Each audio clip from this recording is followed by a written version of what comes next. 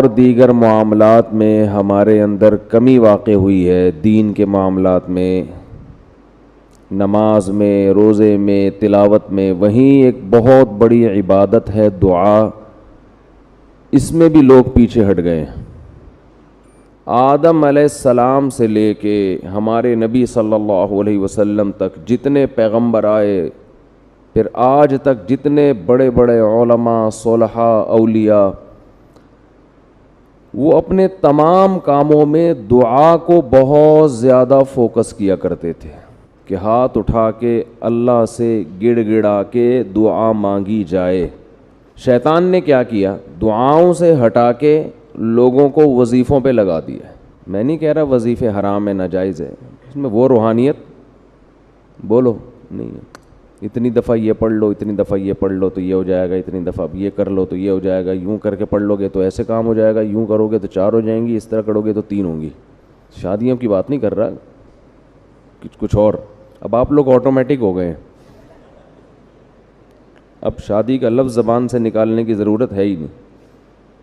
اب یہ مثال ہو گئی ہے، کسی نے کسی بھوکے سے پوچھا 2 اور 2 کتنے ہوتے ہیں؟ کہتے 4 روٹیاں ہوتی ہیں۔ تو وظیفے یہ پڑھ لو تو یوں ہو جائے گا، یوں کر لو تو یوں ہو جائے گا، ایسا کر لو تو یوں ہو جائے گا، 636.3 دفعہ پڑھو گے تو یہ والا کام ہوگا۔ رسالے چھپ رہے ہیں۔ یہ پہلے میں تو اس موضوع پر بہت بیان کرتا تھا، بہت عرصے سے میں نے یہ موضوع چھوڑ دیا تھا، لیکن نئے نئے لوگ بھی آتے ہیں، پھر رمضان میں لوگ دعاؤں سے غافل بھی ہو جاتے ہیں، تو اس لیے میں نے سوچا کہ آج میں اس پرانے مردے کو دوبارہ اکھیڑوں گا، دوبارہ کھڑا کروں گا میں اس پرانے ٹاپک کو۔ زیادہ زور دعاؤں کے بجائے کس پر ہے؟ وظیفوں پہ۔ نظر آتے ہیں لوگ، کوئی فجر کے بعد بیٹھے ہوئے اللہ اللہ کر رہے، آدمی کہتا ہے یار ماشاءاللہ ابھی قیامت قریب نہیں ہے، اتنے نیک لوگ دنیا میں ہیں جو اللہ کو راضی کرنے کے لیے اللہ کا نام لیتے ہیں۔ جب آپ تہ میں جاؤ گے تو پتہ چلے گا کسی نے یہ وظیفہ بتایا ہے، اتنی دفعہ یہ پڑھو، فلاں کام کے لیے بتایا ہے۔ جیسے ہی کام ہوگا یہ بندہ مارکیٹ سے شارٹ ہو جائے گا۔ اللہ اور بندے کا جو تعلق ہے نا، اللہ یہ قائم کرنا چاہتے ہیں۔ اسلام کا حاصل کیا ہے؟ خلاصہ کیا ہے؟ انسان کا تعلق ہو جائے کس کے ساتھ؟ اپنے رب کے ساتھ۔ یہ تعلق جتنا دعا سے ہوتا ہے اتنا دنیا میں کسی چیز سے نہیں ہوتا۔ براہ راست آپ اللہ سے خطاب کر رہے ہوتے اس میں۔ تو شیطان نے کیا کیا؟ دعاؤں سے ہٹا کے کس میں لگا دیا؟ وظیفوں میں۔ وہ بھی دعا ہی ہوتی ہے، وظیفہ بھی، لیکن اس میں جذبہ دعا والا نہیں ہوتا، وہ پڑھا جاتا ہے، مانگا نہیں جاتا۔ کہتے ہیں کتنا وظیفہ پڑھ لیا، دعا میں یہ نہیں کہتے کتنی پڑھ لی، کتنی مانگ لی، یہ بہت بڑا فرق ہے۔ تو اللہ سے دعا کا تعلق قائم کرنا چاہیے ہمیں۔ سب سے مضبوط بندے اور اللہ کا جو ریلیشن ہے نا، یہ دعا کے علاوہ کسی چیز سے نہیں بنتا۔ لیکن جو کام سب سے مقدس ہوتا ہے اس شیطان رکاوٹ بھی سب سے زیادہ بولو اسی میں ڈالتا ہے۔ شیطان آپ کو کسی عبادت سے اتنا نہیں روکے گا جتنا آپ کو دعا مانگنے سے روکے گا۔ آپ حیران ہوں گے کہ میں کیسی باتیں کر رہا ہوں، شیطان تو دعا مانگنے سے بالکل نہیں روکتا۔ ہاتھ اٹھاؤ، دعا مانگو، یوں کرو، صلی اللہ تعالیٰ علی خیر خلقی برحمتک یا ارحم الراحمین، پتلی گلی سے نکل لو۔ صبح شام 25 دفعہ مانگ رہے ہیں، مسجدوں میں بھی مانگتے ہیں، امام 27ویں رات میں بھی ہوتا ہے، ہول سیل کے حساب سے دعائیں چل رہی ہیں۔ اور ہم کہہ رہے ہیں کہ شیطان آپ کو جتنا دعا سے روکے گا اتنا کسی اور کام سے۔ شیطان کیا کرتا ہے؟ دعاؤں سے ہٹا کے کہاں لگا دیا؟ وظیفہ، یہ پڑھ لو، اتنی دفعہ یہ پڑھ لو، یہ پڑھ لو۔ ہاں تو میں یہ کر رہا تھا کہ جتنا دعا سے اللہ کا قرب ملتا ہے، تعلق بنتا ہے، اتنا کسی اور عبادت سے نہیں بنتا۔ تو شیطان سب سے زیادہ رکاوٹ جو ڈالتا ہے نا وہ دعا میں ڈالتا ہے۔ دعا نہیں مانگنے دو اس کو۔ تو میں یہ کہہ رہا تھا، آپ کہیں گے کہ اتنے تو مانگی جاتی ہیں دعائیں صبح و شام۔ اصل میں یہی مسئلہ ہے، مانگی نہیں جا رہی، پڑھی جا رہی ہیں۔ مانگی بولو نہیں جا رہی، پڑھی جا رہی ہیں۔ مانگنے کا اسٹائل وہ ہوتا ہے جو بھکاری آپ سے جب بھیک مانگتا ہے. دیکھو نا مسجدوں میں کیسے کھڑے ہو کے مانگ رہے ہوتے ہیں, کیسی پہلے تمہید باندھتا ہے. وہ تمام حضرات سے گزارش ہے 2 منٹ کے لیے میری بات سن لیں, سب کو اپنی طرف متوجہ کرے گا, پھر رونا شروع کر دے گا. حالانکہ زیادہ تر فراڈ ہی ہوتا ہے اس میں. تو فراڈ اتنا اچھا ہے تو سچی مچی کا جب بھکاری ہوگا وہ کیسا ہوگا آپ خود اندازہ لگاؤ. جب فراڈی اس اسٹائل سے مانگتے ہیں کہ آدمی کو لگتا ہے یہ بالکل حقیقت میں مستحق ہے, تو جو واقعی مستحق ہے اس کا اسٹائل کیسا ہوگا. یہ جو اکثر بھکاری ہوتے ہیں نا, میں نہیں کہہ رہا 100%, اکثر ان میں فراڈی ہوتے ہیں. اکثر کیا ہوتے ہیں, اور رمضان میں تو پورا ایک ٹولے آتے ہیں ان کے, ٹھیکے دیے جاتے ہیں تو اس محلے سے, اور ان کے علاقے بکتے ہیں, چوک بکتے ہیں. یہ جو کیا کہتے ہیں اس کو یار, راؤنڈ اباؤٹ جو ہوتے ہیں نا اکثر, چورنگیاں, یہ بکتی ہیں بھکاریوں کی. لیکن آپ مانگنے کا اسٹائل دیکھو بھکاری کا, وہ یہ نہیں کہے گا آپ کے منہ پہ آ کے لا الہ الا انت سبحانک انی کنت من الظالمین, چھو, یہ نہیں کرے گا. وہ اس کی روح کو سمجھتا ہے, لا الہ الا انت سبحانک. وہ ایسا آپ کو روئے گا. وہ تو ہم اتنے بھکاری فراڈی دیکھ دیکھ کے اب اثر ہم پہ ختم ہو گیا ہے نا ٹھیک ہے نا. لیکن وہ مانگنے میں کمی نہیں کرتا, وہ ایسے اسٹائل سے مانگے گا کہ آپ کا دل چاہے گا کچھ نہ کچھ تو دو اس کو. ہمارے ایک دوست نے اپنا واقعہ سنایا. وہ بھکاریوں کو دیتے نہیں تھے. کہہ رہے میں گاڑی میں جا رہا ہوں, کہیں سگنل پہ گاڑی رکی ہے تو ایک بھکاری آ گیا میرے پیچھے, یار دے دو بھائی, کچھ تو دے دو یار, اللہ کا واسطہ. میں نے کہہ رہا اس کو ہٹایا, وہ اتنا چپک گیا کہ میں نے 50 روپے نکالے, یہ یار جان چھوڑ میری. لیکن وہ کہتا ہے مجھے اس سے ایک عبرت ہوئی. وہ کہتا ہے مجھ سے ایک گناہ ہو گیا تھا, تو اسی دن میں نے اس گناہ سے توبہ کی, اور توبہ میں اللہ کو یہ کہا کہ اللہ میں معافی کا مستحق نہیں ہوں, کیونکہ میں پہلے بھی توبہ کر چکا ہوں, بار بار توڑ رہا ہوں, مستحق نہیں ہوں. لیکن کہہ رہے میں نے اتنی دیر دعا مانگی, میں نے کہا اے اللہ وہ بیکاری مستحق نہیں تھا, جان چھڑانے کے لیے میں نے اس کو 50 روپے پکڑا دیے.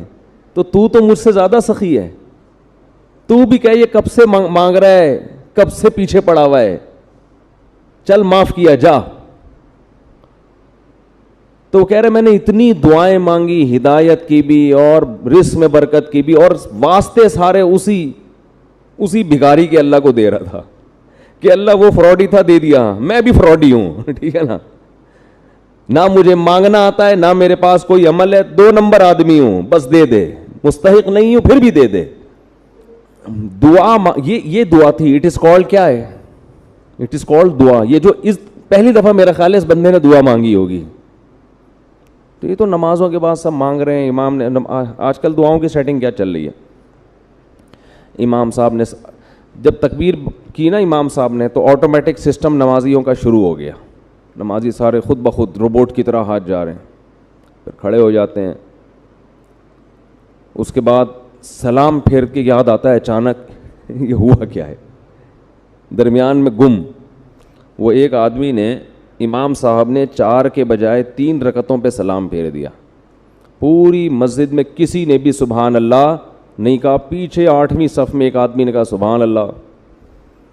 امام نے کہا یار ان پورے نمازیوں میں سے تو کسی کو پتہ نہیں چلا, تجھے کیسے پتہ چل گیا کہ میں نے 3 پڑھی ہیں. وہ کہتے ہیں میری 4 دکانیں ہیں, 4 رکعتوں میں 4 کا حساب ہوتا ہے. آج 3 کے بعد یہ سلام کی آواز آ گئی تو مجھے لگا کہ 1 رکعت امام صاحب پی گئے. امام صاحب 1 رکعت پی گئے ہیں. تو سارے سو رہے ہوتے ہیں. تراویح میں تو زیادہ ہوتا ہے یہ سلسلہ.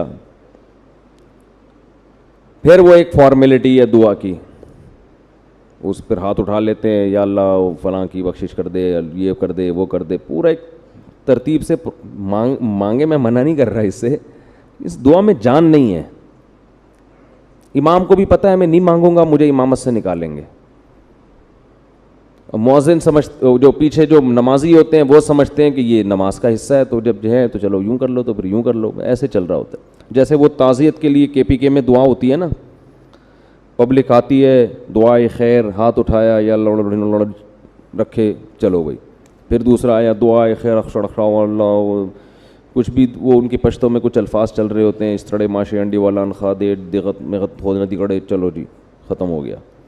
پھر دوسرا، تو ان کو مردے کے، اکثر لوگوں کو مردے کے بخشوانے سے کوئی تعلق نہیں ہوتا، ان کو تو ایک لواحقین کو دکھانا ہے کہ ہم بھی کیا کر رہے ہیں، تمہاری میت کے، تمہارے غم میں تمہارے ساتھ برابر کے شریک ہیں. تو وہ دعا تھوڑی ہے، دعا تو وہ ہوتی ہے جو آپ بیٹھ کے پھر مانگیں، اللہ میرے باپ کا انتقال ہو گیا، میری ماں کا انتقال ہو گیا، اے اللہ اسے قبر کے عذاب سے بچا، اس کے گناہوں کو معاف کر، جو ابراہیم علیہ السلام مانگتے تھے.